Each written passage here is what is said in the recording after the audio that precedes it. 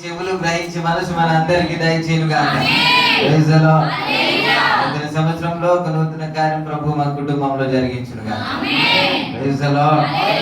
ఇదే ఉద్యోగం, ఇదే ఆసక్తి, ఇదే గురితో ముందుకు సాగాలని ప్రభు పేరిట మీ అందరికి మనం చేస్తున్నాం. హల్లెలూయా. దాన్ని వారిని ప్రోత్సహిద్దాం. ఇంకా వస్తున్న వారు ఇంకా రెగ్యులర్ గా రావడానికి ప్రయత్నం చేద్దాం. ఈ సంవత్సరం అద్భుతమైన పరిచర్య చేద్దాం.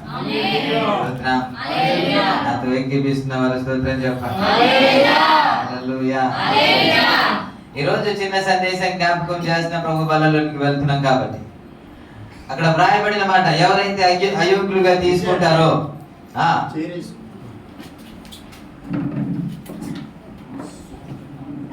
కాబట్టి ఎవడు అయోగ్యముగా ప్రభు యొక్క రొట్టెను తినను లేక ఆయన పాత్రలను త్రాగును వాడు ప్రభు యొక్క శరీరమును గూర్చి రక్తమును గూర్చి అపరాధి అగును. కాబట్టి మనము ఎలా తీసుకోవాలి అంటే యోగ్యులుగా.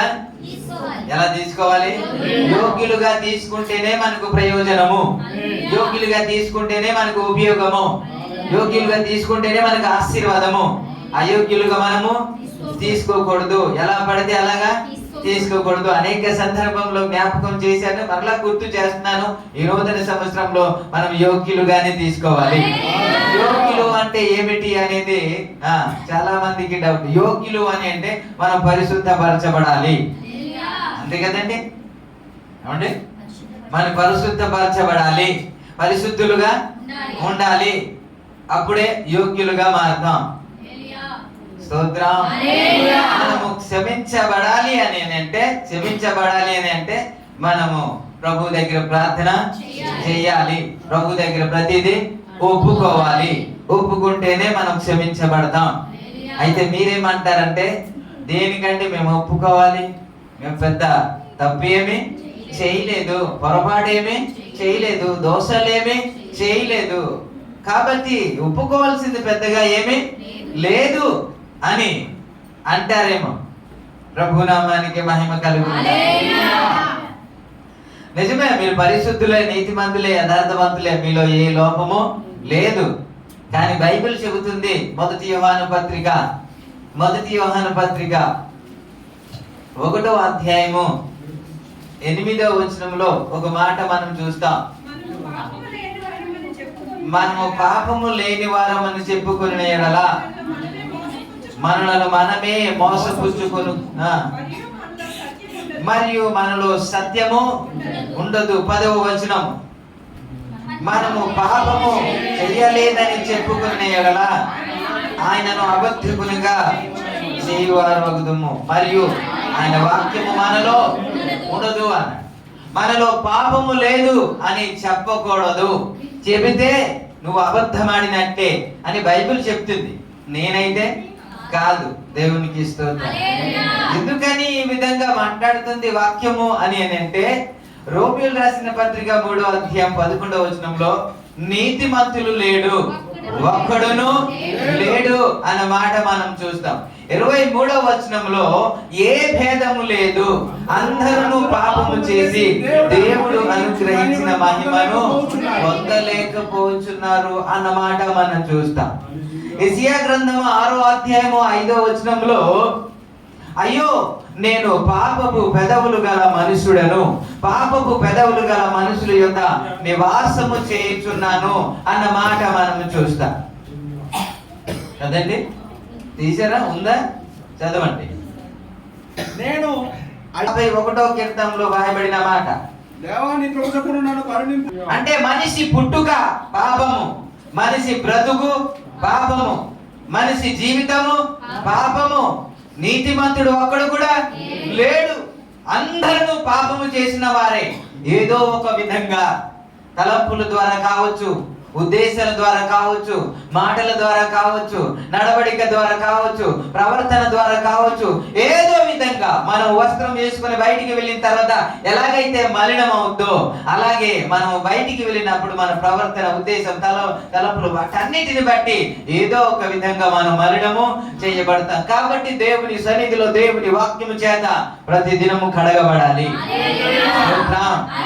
అందుకే యోహాను తన పత్రికలో రాస్తూ, అదే మనం ఇప్పుడు చదువుకున్న లేఖన భాగము, మనలో పాపము లేదని ఎవరు చెప్పినా సరే అది అబద్ధము, అది అబద్ధము. కాబట్టి పాపము లేదు అనకూడదు. గొప్ప గొప్ప దైవ సేవకులే మేము పాపము చేసిన వారమని ప్రజల పాపం కొరకు వారు ఒప్పుకున్నట్టు, దానియేలు ఆయన పాపము ఒప్పుకున్నట్టు, నెహెమియా నేను పాపము చేశానని ఒప్పుకున్నట్టు, మోసే పాపం చేశామని ఒప్పుకున్నట్టు అనేక దైవ సేవకులు ప్రభు సన్నిధిలో ఒప్పుకున్నారు. దేవునికి స్తోత్రం. హల్లెలూయా. క్షమించబడకుండా మనం పరిశుద్ధ పరచబడలేము, పరిశుద్ధ పరచబడకుండా యోగ్యులు కాలేము. యోగ్యులు కాకుండా ఇందులోనికి మనము వెళ్ళలేం. వెళ్ళినా సరే ప్రయోజనమేమి లేదు. ప్రయోజనం లేని ఏ ఉద్యోగమైనా మీరు చేస్తారంటే, జీతం లేని ఉద్యోగం ఎవరైనా చేస్తారా? లాభం లేని వ్యాపారం ఎవరైనా చేస్తారా? ఉపయోగం లేని పని ఎవరైనా చేస్తారా? ఎవరు చేయరు కదా. ఉదయం నుంచి సాయంత్రం వరకు కష్టపడుతూ చెమట వచ్చి కష్టపడుతూ ఉంటే, అయ్యా నీకు ఎంత వస్తుందంటే ఏమీ రాదండి ఊరికే చేస్తున్నానంటే ఎలా చూస్తారు? అదండి కింద నుంచి పైకి చూడరు. సో ఎవరైనా సరే ఏదైనా లాభం కొరకే చేస్తారు. కాబట్టి ప్రయోజనం లేని భక్తి వ్యర్థం కదా, ఉపయోగం లేని భక్తి వ్యర్థం కదా. మనము భక్తి చేస్తున్నామంటే మనకు ఏదో ఒక ఉపయోగము ఉండాలి కదా. ఇందులోనికి వెళ్తున్నామంటే ఉపయోగం లేని వల్ల మనకెందుకు? కాబట్టి మనము ఖచ్చితంగా ఆశీర్వదించబడాలన్నా, జీవమును పొందాలన్నా మన యోగ్యులుగా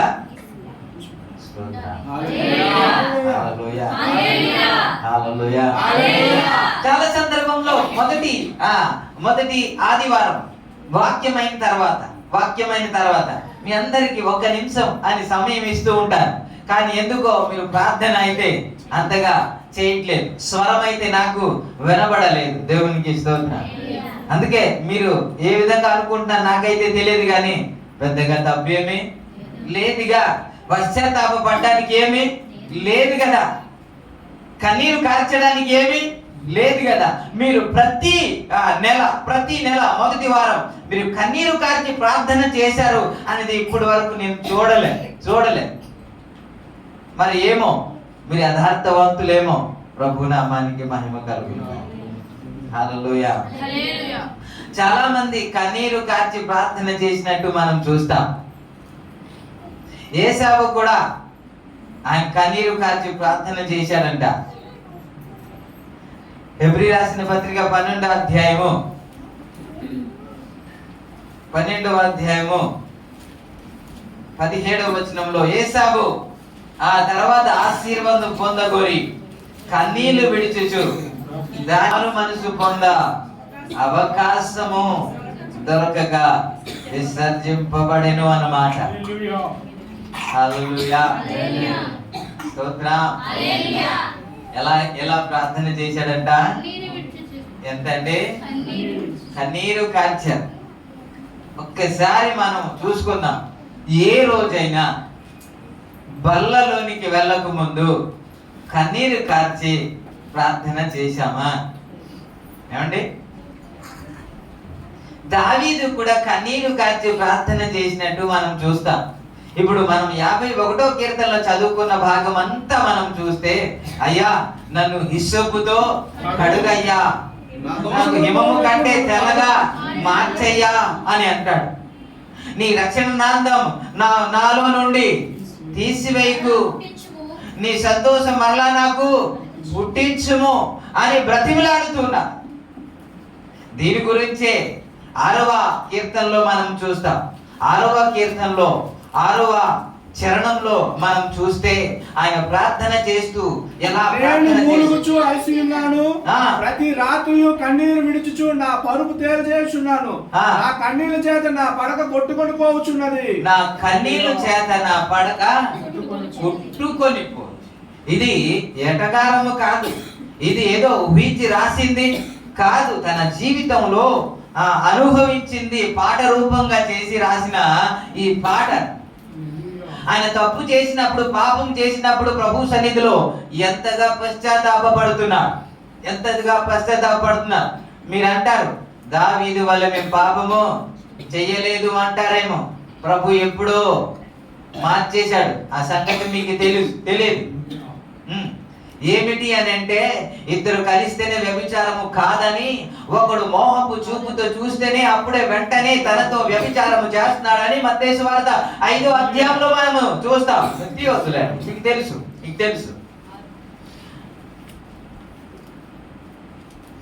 మరి బయటికి వెళ్తేనే చూపు మలినమే కదా. నీ కన్ను తేటగుంటే నీ దేహం అంతయు వెలుగుమయంగా ఉంటది కదా. లేదండి, ఒక ఆమె నాకు తెలుసు, ఆమె పేరు నాకు తెలియదు కానీ మా ఏరియాలో ఉంటది. తన భర్త మరి ఎందుకని చేశాడో తెలియదు కానీ నిన్నటి దినాన్ని నేను చూస్తున్నాను. ఇంటి దగ్గర తల దించితే మళ్ళీ ఎంతమంది పక్క నుంచి వెళ్తున్నా చూడదు. సరిగ్గా తయారు అవడానికి కూడా అవకాశం ఇవ్వడు భర్త.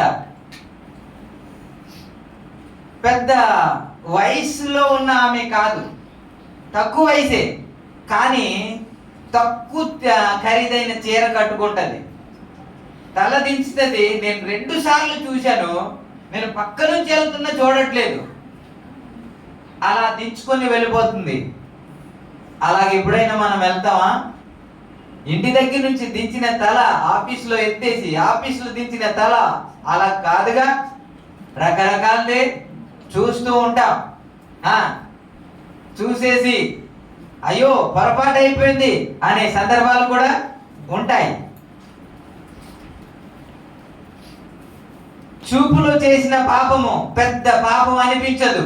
దావీదు చేసిన పాపము గొప్ప పాపంగా అనిపిస్తుంది. 2 ఒకటే అని కదా దేవుడు చెప్పాడు. రెండిట్లో పెద్ద భేదమేమి లేదు. మరి దావీదు గొప్ప పాపం అంటాం, మనం చేస్తే చిన్న పాపం ఎలాగని అంటాం? మరి దావీదు చేసింది ఇది చేసింది ఒకటే అని యేసయ్య చెప్పినప్పుడు దావీదు ఎలాగైతే కన్నీరు కార్చారో ఆ కన్నీరు కార్చగలిగితే కదా క్షమాపణ వస్తుంది. అలాంటి ప్రార్థన ఎప్పుడైనా చేశామా? మా పరుపులు తేలగొట్టినట్టు ఎప్పుడైనా ప్రార్థన చేశామా? కన్నీరు కార్చమా అంటే ఎప్పుడు ప్రార్థన చేయలేదే. కొన్ని ప్రభు వల్లలో సమీపించినప్పుడు అయినా ఆ దైవ సేవకులు చెబుతుంటే అయ్యా ప్రార్థన చేద్దాం, మరి యోగ్యులుగా మారితేనే మనకు ఆశీర్వాదం అని బ్రతిమలాడుతూ చెప్పినా సరే అసలు కన్నీరు కార్చమే. అది నోరు తెరవు కదా, అది సౌండే రాదు కదా. అసలు క్షమించబడకుండా ఇందులో తీసుకుంటే ఏ బెనిఫిట్ ఉంది? బెనిఫిట్ లేకపోతే సరే కదా, మన మీదికి శాపం వస్తుందని కదా చెప్పారు. అదే కదా బైబిల్ చెప్తుంది. మీరు సంఖ్యాకాండంలో మీరు చూసుకున్నారు, తీయవద్దు. ఏంటి?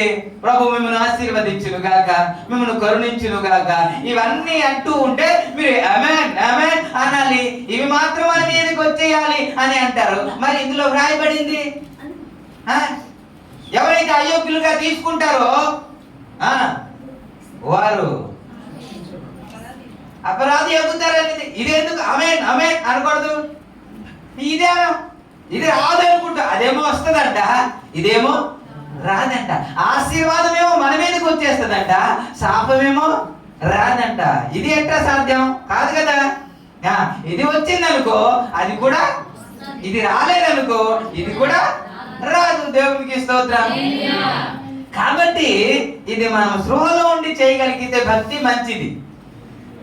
చిన్న ప్రార్థన చేసి ప్రభు నన్ను క్షమించు నాయన, తెలిసి తెలియక చేసిన పొరపాటు అని చిన్న ప్రార్థన చేస్తే ప్రభు క్షమిస్తాడు అని ఊహించుకోవడం ఎందుకు? అలా జరగదు. ఈరోజు మీరు బాధపడినా సరే మీరు యోగ్యులుగా మారిపోవాలని నా ఉద్దేశం. ద్వారా మీరు జీవమును పొందాలని నా ఆశ. ఇంజెక్షన్ వేసినప్పుడు కొద్ది నొప్పిగానే ఉంటది కానీ మీ రోగం అంతా బాగైపోవాలని నా ఆశ. శాశ్వతమైన నివారణ కలగాలని. అందుకే ప్రయాసపడుతున్నా. మీరు తిడుతున్నా, బాధపడుతున్నా, నా మీద అలుగుతున్నా సరే ఎందుకని చెబుతున్నాను అని అంటే ఏదో విధంగా మీరు మారిపోవాలి, ప్రభు రాజ్యానికి వారసులుగా. నూతన సంవత్సరంలో మరింత ఆశీర్వాదం మీ కుటుంబం మీదకి రావాలని ప్రయాసపడుతున్నాను. ప్రభు నాకు సహాయం చేయుగా. ఆమేన్. హల్లెలూయా. హల్లెలూయా. కాబట్టి ఈ ఇద్దరు కానీ మీరు చూస్తుంటే కన్నీరు కార్చి ప్రార్థన చేసినట్టు మనం చూస్తాం. Okay okay okay. సౌలు కూడా కన్నీరు కార్చి ప్రార్థన చేసినట్టు మనం చూస్తాం. సౌలు ఒక దినాన విసర్జించబడ్డాడు. ఆ సమూయేలు మృతి పొందిన తర్వాత ఆ ఫిలిష్తులు వారి మీదకి వచ్చినప్పుడు దేవుడు తనతో మాట్లాడకపోయేసరికి ప్రవక్తల ద్వారా గాని లేకపోతే స్వప్నం ద్వారా గాని దర్శనం ద్వారా గాని తనతో మాట్లాడకుండా ఉండేసరికి ఏం చెయ్యాలో తోచని పరిస్థితిలో కర్ణ పిశాచి దగ్గరికి వెళ్ళడం అనేది తన హయంలోనే ఎవరు కర్ణ పిశాచి గాని చెల్లంగి చేతబడి చేసేవారు ఎవరు ఉండకూడదని అందరినీ నిర్మూలం చేశాడు. ఇప్పుడు ఎప్పుడైతే దైవ సేవకుడు దేవుడు మాట్లాడలేదో, రాజుతో మాట్లాడలేదో, ఇప్పుడు ఏం చేస్తున్నాడంటే మరలా అదే కర్ణ పిశాచం గల వారి దగ్గరికి వెళ్ళి ఆయన చెబుతున్నాడు. దేవునికి స్తోత్రం. ఒక ఆమె దగ్గరికి వెళ్ళాడు. వెళ్ళిన తర్వాత నువ్వు ఇలా చెయ్యి అని చెబితే అయ్యా మీకు మారు వేషంలో వెళ్తాడు. ఎవరు? ఈ రాజైన సౌలు మారు వేషంలో వెళ్ళి ఇదిగో నేను చెప్తాను, ఒక వ్యక్తిని నువ్వు పిలవాలి అని అంటే నీకు తెలుసు కదయ్యా, సౌలు రాజైన సౌలు కర్ణ పిశాచం గల వారిని ఎవరిని ఉంచలేదు, నిర్మూలం చేస్తారు. మీరు ఏదైనా చేస్తే నా ప్రాణం మీదకి మీరు తెచ్చేస్తారంటే మీకు ఏ హాని రాదులే అని మాట ఇస్తారు. మాట ఇస్తే ఆమె ప్రార్థన పూజలో ఏదో చేసి స్టార్ట్ చేసింది. అప్పుడు భూమిలో నుండి ఒక వ్యక్తి పైకి వచ్చినట్టు మనం చూస్తాం. అతని పేరే ఎవరు? సమూయేలు. సమూయేలు భూమిలో నుండి పైకి వచ్చినట్లు మనం చూస్తాం. ఆ భూమిలో నుండి పైకి వచ్చిన తర్వాత అప్పుడు ఎప్పుడైతే సమూయేలుని చూసిందో అప్పుడు పెద్ద కేక వేసింది. లేదు లేదు, నువ్వు సౌలువే, ఎందుకు నాకు మోసం చేశావు అని అంటాడు. అప్పుడు సమూయేలు పైకి వచ్చిన తర్వాత సౌలు మాట్లాడుతున్నమాట, అయ్యా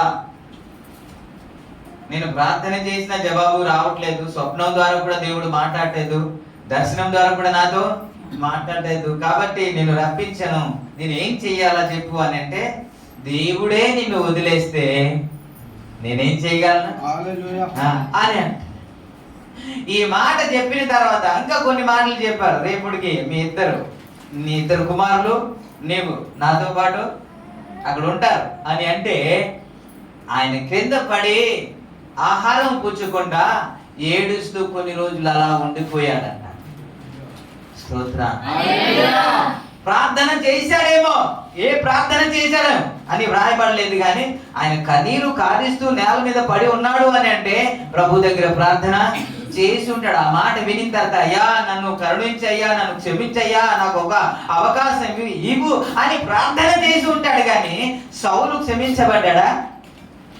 అవును, జవాబు వచ్చిందా? వచ్చిందా? ఇప్పుడు ఏసావు కన్నీరు కార్చాడు, సౌలు కన్నీరు కార్చాడా లేదా? ఏంటి? ఏసావు కన్నీరు కార్చాడా లేదా? ఇప్పుడే హెబ్రీ రాసిన పత్రికలు మీరు చదువుకున్నారు కదండి. 12వ అధ్యాయం 17వ వచనంలో ఇప్పుడే చదువుకున్నారు కదా. ఆయన కన్నీళ్లు విడిచి ప్రార్థన చేసినప్పుడు కూడా మారు మనసు పొందడానికి ఆయనకు అవకాశము లేకపోయింది అని ఉంది కదా. మరి సౌలు కూడా కన్నీరు కార్చి ప్రభు సన్నిధిలో వేడుకునేటప్పుడు కూడా ఆయనకు అవకాశం లేదు కదా. అందుకే సౌలు గురించి మాట్లాడిన మాట ఏంటంటే దావీదుతో మాట్లాడుతూ సౌలుకు నా కృప దూరము చేసినట్టు నీకు నా కృప దూరము చేయను అని ప్రభు మాట్లాడిన మాట. స్తోత్రం. హల్లెలూయా. మనము క్షమాపణ రావాలంటే ఎలా ప్రార్థన చేయాలనుకున్నాం? కన్నీళ్లతో ప్రార్థన చెయ్యాలి అనుకున్నాం. ఓకే, ఏంటండి? కన్నీళ్లతో ప్రార్థన చెయ్యాలి. అప్పుడు ఏసావు కన్నీళ్లతో ప్రార్థన చేశాడు కదా, మరి సౌలు కన్నీళ్లతో ప్రార్థన చేశాడు కదా, మరి ఇద్దరు క్షమించబడలేదు కదా. ఒక్క దావీదు మాత్రమే క్షమించబడ్డాడు, అంతే కదా. ఒక దావీదు మాత్రమే క్షమించబడ్డాడు. ఈ ముక్క చెప్పి నేను ముగించడానికి ప్రయత్నం చేస్తాను. దావీదు ఎందుకు క్షమించబడ్డాడు, వీళ్ళిద్దరు ఎందుకు క్షమించబడలేదు? నాకు కొన్ని డౌట్ ఉంటే అందుకే మీ ద్వారానే తెలుసుకోవాలని నా ఆశ. అంటే దావీదు ఎందుకు క్షమించబడ్డాడు? మన మన మన ఆశ ఏంటంటే మనం క్షమించబడాలి, యోగ్యులుగా మారాలి, ఇందులోనికి మనం వెళ్ళాలి. కాబట్టి వీళ్ళిద్దరూ కన్నీరు కార్చారంట, కానీ ఇద్దరికి క్షమాపణ రాలేదంట. మనము ఒప్పుకోము, కన్నీరు కార్చము, క్షమించబడింది అని ఇందులోకి వెళ్ళిపోతాం. వారు ఒప్పుకున్నారు, కన్నీరు కార్చారు, కానీ క్షమించబడలేదు. ఒక్క వ్యక్తే అందులో క్షమించబడ్డాడు. దేవునికి తేడా ఏమైనా ఉందా? దేవునిలో వ్యత్యాసం ఏమైనా ఉందా? ఇతన్ని నేను దీవిస్తాను, ఇతను నేను దీవించలేను అనేది ఉందా? ఇప్పుడు చెప్పండి, ఎందుకని క్షమించబడలేదు? మరి వారే క్షమించబడకపోతే మనం క్షమించబడతామా? కన్నీరు కారుస్తూ ఏడుస్తూ ఉంటేనే క్షమాపణ ఆయనకి లేకపోతే అసలు ప్రార్థన చేద్దాం అయ్యా, ఇందులోనికి వెళ్ళడము అంత సులువైంది కాదయ్యా. ఇది రొట్టె ద్రాక్షరసం మాత్రమే కాదు, ఇది ప్రభు శరీరము, ఇది ప్రభు రక్తము. కాబట్టి ఇందులోనికి మామూలుగా వెళ్ళిపోకూడదు. మనం ప్రభు సన్నిధిలో ప్రార్థన చేయాలంటే ఏనాడు మనం కన్నీరు కార్చింది లేదు. మరి వారికే క్షమాపణ లేకపోతే మనకి ఎలా క్షమాపణ వస్తుంది? ఒకవేళ మనకి క్షమాపణ లేకపోతే మన యోగ్యులు ఎలా మారుతాం? మన యోగ్యులు కాకపోతే ఇందులో ఎలా పాలి భాగస్తులు అవుతాం? అందుకే సీరియస్ గా నేను మాట్లాడుతున్నాను. మనము ప్రయోజనకరమైన భక్తి చేయాలి. మనం ఏది చేసినా సరే మనకు ఉపయోగకరంగానే ఉండాలి. ఏదో ఇస్తున్నారు, మనం తీసుకుంటున్నాం, త్రాగేస్తున్నాం, వెళ్ళిపోతాం అంటే మీకు ఆశీర్వాదము ఉండదు. మీరు నన్ను తిట్టుకున్నా పర్వాలేదు, కానీ మీరు ఆశీర్వదించబడాలి అని, యోగ్యులుగా మారిపోవాలని ఆశ. హల్లెలూయా. నూతన సంవత్సరంలో ప్రతి ఒక్కరిని దేవుడు యోగ్యులుగా మార్చునుగా. హల్లెలూయా.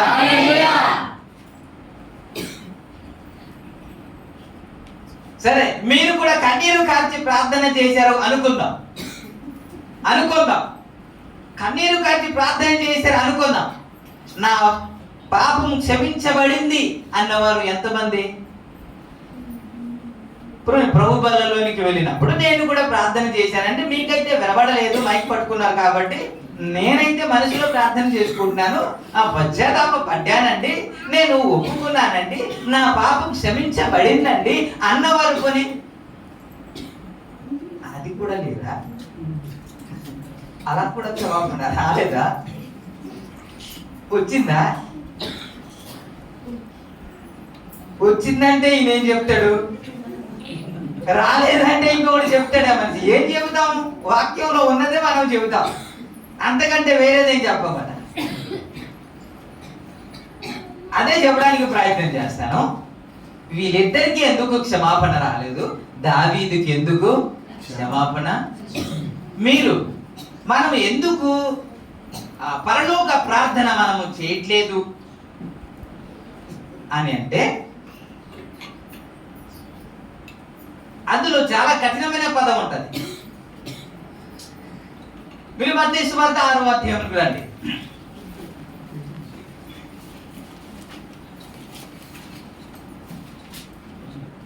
పదిహేనవ వచనం చదవండి. మనుష్యుల దీపము వెలిగించి అదేనా నేను చెప్పిన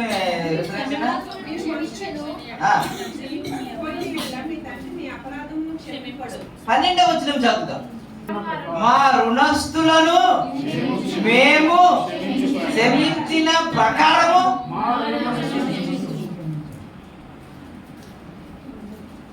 అందుకే లూకా సువార్త 6వ అధ్యాయంలో తీర్పు తీర్చకుడి, మీరు తీర్పు తీర్చబడరు అన్న మాట మనం చూస్తాం.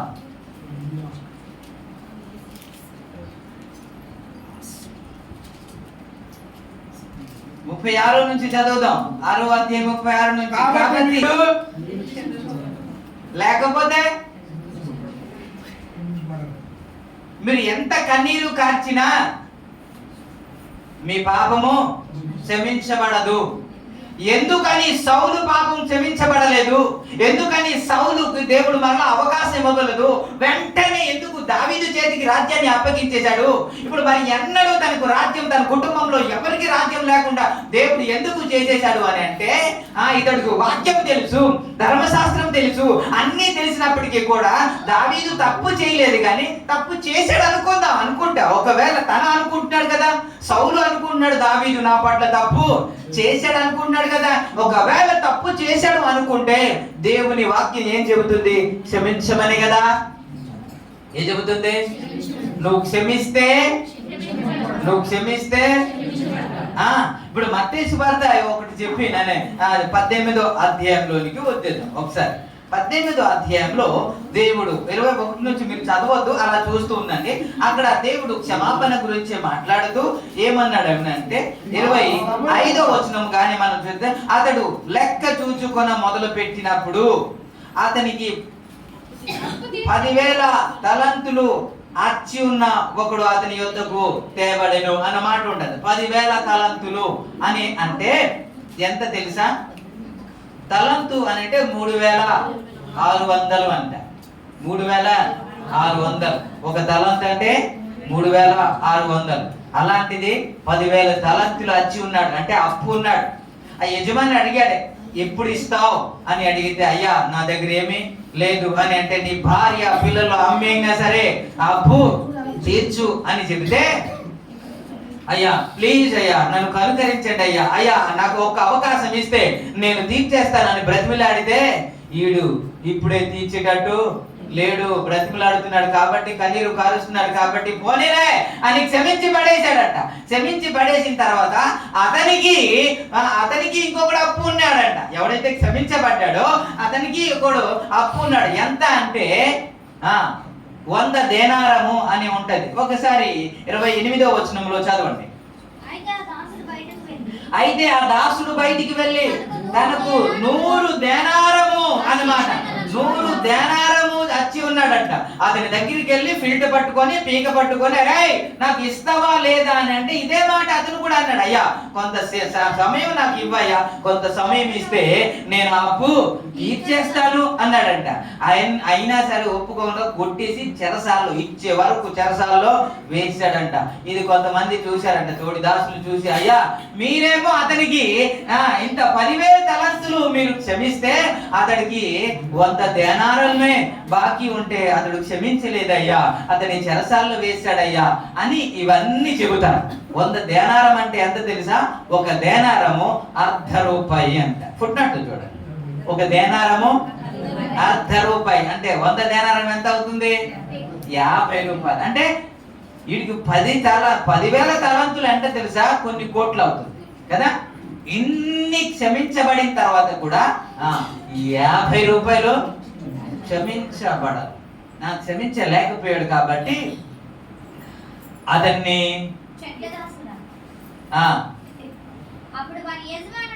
33 నుంచి నేను నిన్ను కరుణించిన ప్రకారం నీవును తోడి దాసుని కరుణించవలసి ఉండేను కదా అని ఆయనతో చెప్పి, అందుచేత వారి యజమానుడు కోపపడి తనకు అచ్చి ఉన్నదంతా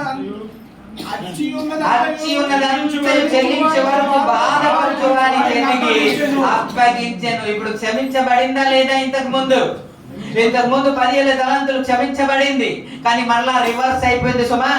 మరలా నువ్వు బాకీ తీర్చాలి. ఆ 10,000 తలంతులు తీర్చే వరకు, బాధ పెట్టే వరకు అప్పగించడానికి కారణం ఏంటి అని అంటే, వీడు ₹50 క్షమించలేకపోయాడు. 10,000 తలంతులు క్షమించబడిన తర్వాత ₹50 క్షమించాలి కదా. అది క్షమించలేదు కాబట్టి మళ్ళా ఇవన్నీ అప్పు తీర్చవలసిన పరిస్థితి వచ్చింది.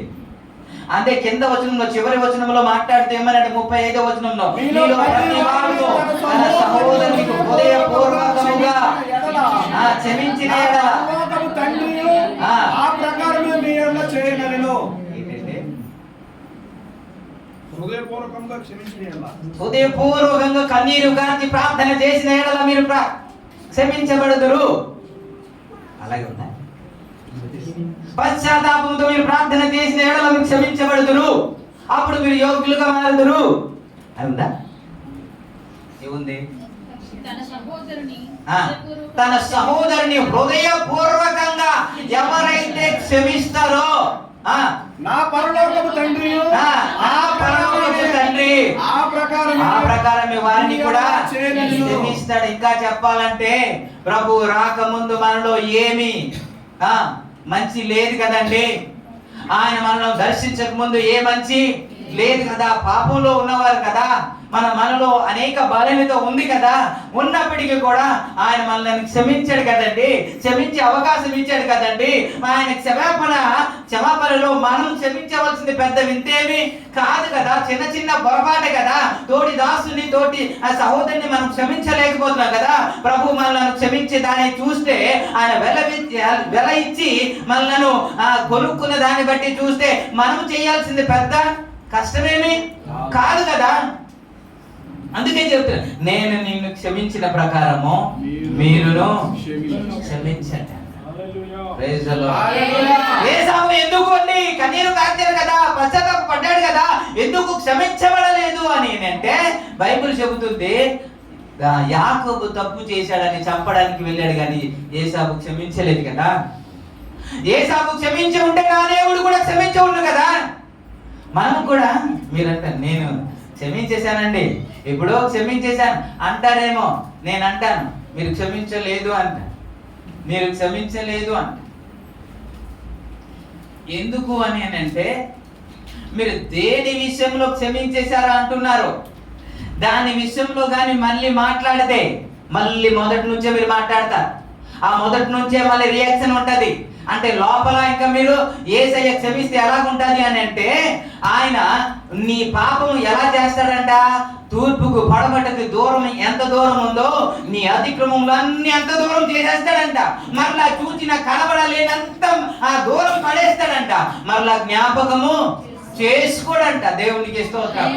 దేవుని క్షమాపణ అలా ఉంటది. దేవుని క్షమాపణ అలా ఉంటది. మరలా గుర్తు తెచ్చుకోడు. మరలా మొన్న అది తెచ్చుకుంటే గుర్తు తెచ్చుకుంటేనే నేను అసలు మర్చిపోలేను ఇలా చేశాను అని అంటున్నావు అంటే ఇంకా లోపల క్షమాపణ లేదు అని అంట. ఇంకా చెప్తాను మీకు ఏంటి అని అంటే మీలో కోపము చచ్చిపోయింది అనుకుందాం. కోపము చచ్చిపోయింది, ఇంకా కోపము ఇంకా 1% కూడా లేదు అనుకుందాం. అప్పుడు ఎవరు తిట్టిన కోపం వస్తుందా? ఎవరు ఎటకారం చేసిన కోపం వస్తుందా? అది పూర్తిగా లేదు కదా, పూర్తిగా డెడ్ అయిపోయింది కదా. నీ ఎవడు తిట్టినా ఎటకారం చేసినా ఏం చేసినా ఇంకా కోపము రాదు. ఎందుకని లోపల ఇంకా కోపము లేదు. కానీ లోపల ఉందనుకోండి దేవునికి ఇప్పుడు చచ్చినట్ట బతికినట్ట అంటే లోపల దాగి ఉన్నాడనంట. దేవునికి స్తోత్రం. హల్లెలూయా. అందుకే మనం క్షమించేసాం అంటున్నాం. నేను ఎప్పుడో క్షమించేసా కాదు. ఆ విషయం కొద్దిగా ఎత్తండి, ఆ విషయం కొద్దిగా ఎత్తండి, మనం జరిగింది కొద్దిగా ఎత్తండి. వీళ్ళు మర్చిపోయారో లేదో తెలుస్తుంది. దేవునికి స్తోత్రం. అన్నీ ఎందుకు చెప్తున్నానంటే మనం క్షమించబడాలి. దేవునికి స్తోత్రం. మన యోగ్యులుగా మారిపోవాలి. మన యోగ్యులుగా మారిపోయి ఇక్కడికి వెళ్తేనే నిత్య జీవం మనం పొందగలము, మనం ఆరోగ్యాన్ని పొందగలము. దేవునికి స్తోత్రం. మనం క్షమాపణ పొందుకోవాలంటే మనం తోటి సహోదరులు ఎవరేం చేసినా మనం మనస్పూర్వకంగా హృదయపూర్వకంగా క్షమించాలండి. మనం క్షమించకుండా అందుకే ఈ ప్రార్థన చేయొద్దు అంటాను. ప్రభు నేర్పించిన ప్రార్థన, మా రుణస్తులను మేము క్షమించి మనం క్షమించలేదు కదండి. మీరు మాట్లాడుతుందండి మేము క్షమించిన ప్రకారం అంటున్నారంటే నీకు చేయకపోతే అదే. అందుకే ఆ ప్రార్థన మనము ఎప్పుడు చేయము. ప్రభువా కనికరించి క్షమించు అనే ప్రార్థన మాత్రమే మనము చేస్తాం. ప్రభు నామానికి మహిమ కలుగును. హల్లెలూయా. హల్లెలూయా. కాబట్టి ఇప్పుడు క్షమాపణ పొందుకోవాలంటే కన్నీరు కార్చి ప్రార్థన చేయాలా? చెయ్యాలి. అలా చేస్తే మాత్రము క్షమాపణ ఎదుటి వాళ్ళని క్షమించాలి. నాలో బలహీనత ఉంటాయండి, మీలో కూడా బలహీనత ఉంటాయి. మన మనుషులు కాబట్టి అప్పుడప్పుడు ఏదో పొరపాటున మాట్లాడేస్తాం, పొరపాటున ఏదో ఒకటి అనేస్తాం. కాబట్టి అంత మాత్రాన మనసులో పెట్టుకొని భేదాలు పెట్టుకొని జీవించడం కాదు, ఈ సంవత్సరం అది మటుమాయమైపోవాలి. ఆమేన్. Praise the Lord. అందరిలో ఐక్యత వచ్చేయాలి, అందరిలో ప్రేమ వచ్చేయాలి, అందరిలో దేవుని ప్రేమ సమృద్ధిగా నివసించాలి. క్షమాపణ గుణము మన ప్రతి ఒక్కరిలో ఉండాలి. దేవునికి స్తోత్రం. హల్లెలూయా. ఎక్కడ క్షమాపణ ఉంటుందో అక్కడ సంతోషం ఉంటుంది, ఎక్కడ క్షమాపణ ఉంటుందో అక్కడ సమాధానం ఉంటది, ఎక్కడ క్షమాపణ ఉంటుందో అక్కడ ఆనందం ఉంటది. క్షమాపణ లేకుండా మనము ఏది సాధించలేము. మనము క్షమించబడాలన్నా మనం ఎదుటివాన్ని క్షమించాలని ప్రభువే చెబుతున్నాడు. ప్రభు మనకు క్షమించిన దాన్ని బట్టి చూస్తే మనం క్షమించవలసింది పెద్ద ఏమి కాదండి. మనం ఎప్పుడు గుర్తు తెచ్చుకోవాలి ఏంటంటే, ప్రభువా బలహీనైన నన్ను క్షమించవయ్యా, నా కొరకు నువ్వు రక్తము కార్చావయ్యా. కాబట్టి చిన్న చిన్న పొరపాటు నన్ను నా మీద ఎవరు చేసినా సరే వారిని యేసు నామములో కారణం నేను క్షమించబడాలి. Praise the lord. మనం క్షమించబడాలి, బడ్డానికి మనం క్షమించాలి, ఇంకొకటి కానే కాదు. కాబట్టి ఈ రోజు మనం చేసే ప్రార్థన ప్రభు ఆలకించి క్షమించి పరిశుద్ధపరచాలన్నా ఇక్కడే ఎవరి మీద ఏది ఉన్నా సరే ఈ ఫస్ట్ వీక్ లోనే, ఇయర్ ఫస్ట్ వీక్ లోనే వదిలేయాలి. Praise the lord. ఈ రోజే కడిగేయాలి. దేవునికి స్తోత్రం. హృదయంలో నుంచి వైరస్లన్నీ క్లీన్ చేసేయాలి. మొదటి రవి కనబడకూడదు. దేవునికి స్తోత్రం. మొదటి కొండమ్మ కనబడకూడదు. జ్యోతి కనబడకూడదు. గాయత్రి మొదటి లేకపోతే 2024 గాయత్రి కనబడకూడదు. 25 గాయత్రి కనబడదు. 24 విజయరాజు కనబడకూడదు. క్రొత్త విజయరాజు కనబడాలి. మన అందరి గురించి చెప్తున్నాను సుమా. సో విజయ్ని కూడా జ్ఞాపకం చేస్తున్నాను. 24లో ఏదైతే జరిగిందో అది మర్చిపోయి క్రొత్త విజయ్ కనబడాలి. హల్లెలూయా. సమేతంగా దేవుని సన్నిధిలో నాటబడాలి. పరిచర్యకు గొప్ప సాధనగా వాడబడాలి. గొప్ప మార్పు మన సంఘంలో కనబడాలి. స్తోత్రం. అది మార్పు దేవుడు అనుగ్రహించునుగా. ఈ మాటలో దేవుడు ఆశీర్వదించునుగా. కళ్ళు మూసుకుందాం.